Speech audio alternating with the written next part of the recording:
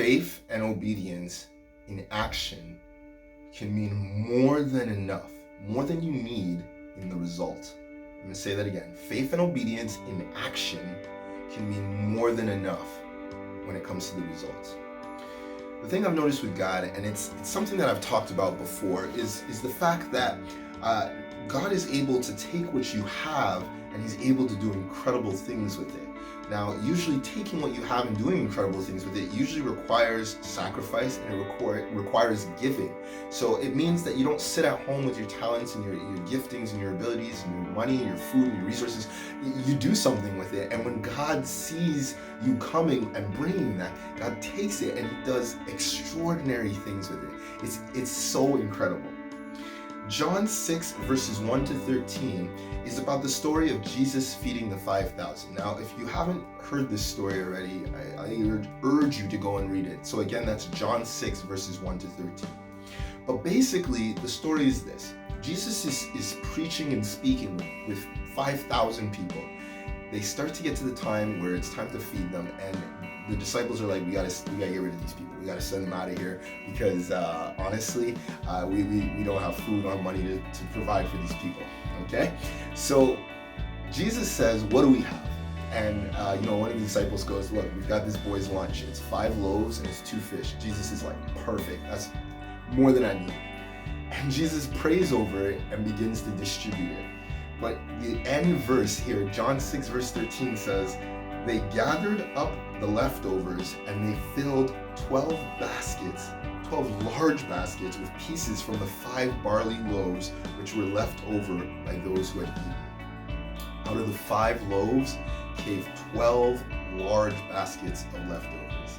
The next story I want to share with you is about a guy named David. Now this is pre-cool David, okay? This is like junior David. This is like youth David. He's just a regular guy. He just loves Jesus and likes playing music and likes sheep. I think he has an affinity for sheep. Not important. So this is a story in 1 Samuel chapter 17 of David versus Goliath. Again, if you don't know the story, I encourage you to read 1 Samuel chapter 17 because this is a great one, okay? So the main story is that this guy, Goliath, comes out every day and taunts the Israelites. He says, every day, send someone out to fight me. If I win, you guys become our slaves. If you win, I'll become your slaves with the rest of these guys behind me. All right? Nobody wants to take them up on this challenge, okay? So he's coming and he's taunting and he's mocking and making fun of all the time, and all the Israelites are just hiding. That's what they're doing. That's their reaction, is to hide. So David comes and he overhears this, and David says, this ain't right. I gotta do something about this. And so David goes, yo, I'm gonna go fight it, okay? So they try to get him all these weapons and shields and armor, and David's like, no, I don't need any of this, okay? This is dumb. All right, so I'm going to read to you from 1 Samuel 17, verses 40 to 50. It says, "Then he took his staff in his hand, chose 5 smooth stones from the stream, put them in the pouch of his shepherd's bag, and with his sling in his hand, approached the Philistine. Meanwhile, the Philistine, with his shield bearer in front of him, kept coming closer to David. He looked David over and saw that he was little more than a boy, glowing with health and handsome, and he despised him. He said to David, 'Am I a dog that you come at me with sticks?' And the Philistine cursed David by his gods. 'Come here,' he said, 'and I'll give your flesh to the birds and to the wild animals.' David said to the Philistine," okay, listen to this, okay? David said to the Philistine, "You come against me with sword and spear and javelin, but I come against you in the name of the Lord Almighty, the God of the armies of Israel, whom you have defied. This day the Lord will deliver you into my hands, and I'll strike you down and cut off your head. This very day I will give the carcasses of the Philistine army to the birds and the wild animals, and the whole world will know that the Lord saves. For the battle is the Lord's, and he will give all of you into our hands." As the Philistine moved closer to attack him, David ran quickly towards the battle line. All right, there's so much that we can do with this. Okay, David ran quickly towards the battle line. And reaching into his bag and taking out a stone, he slung it and struck the Philistine on the forehead.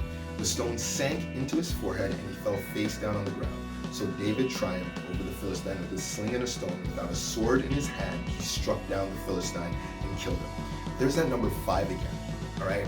5 loaves and 5 stones. He chose 5 smooth stones. But more importantly than number 5 is the effect that one stone had in the hands of David when the Lord was using him, all right? It's the Lord that guided and directed that stone and gave it the strength sufficient enough to take on Goliath. It was the Lord's hands who took the 5 barley loaves and prayed and said, thank you for all this bread, and distributed. It wasn't about the number specifically. It wasn't about, the quality of rock. He didn't have the giant killing rocks from the stream. What he had was the giant killing God. It wasn't wonder bread. It was 5 barley loaves, but in God's hand, it was more than sufficient.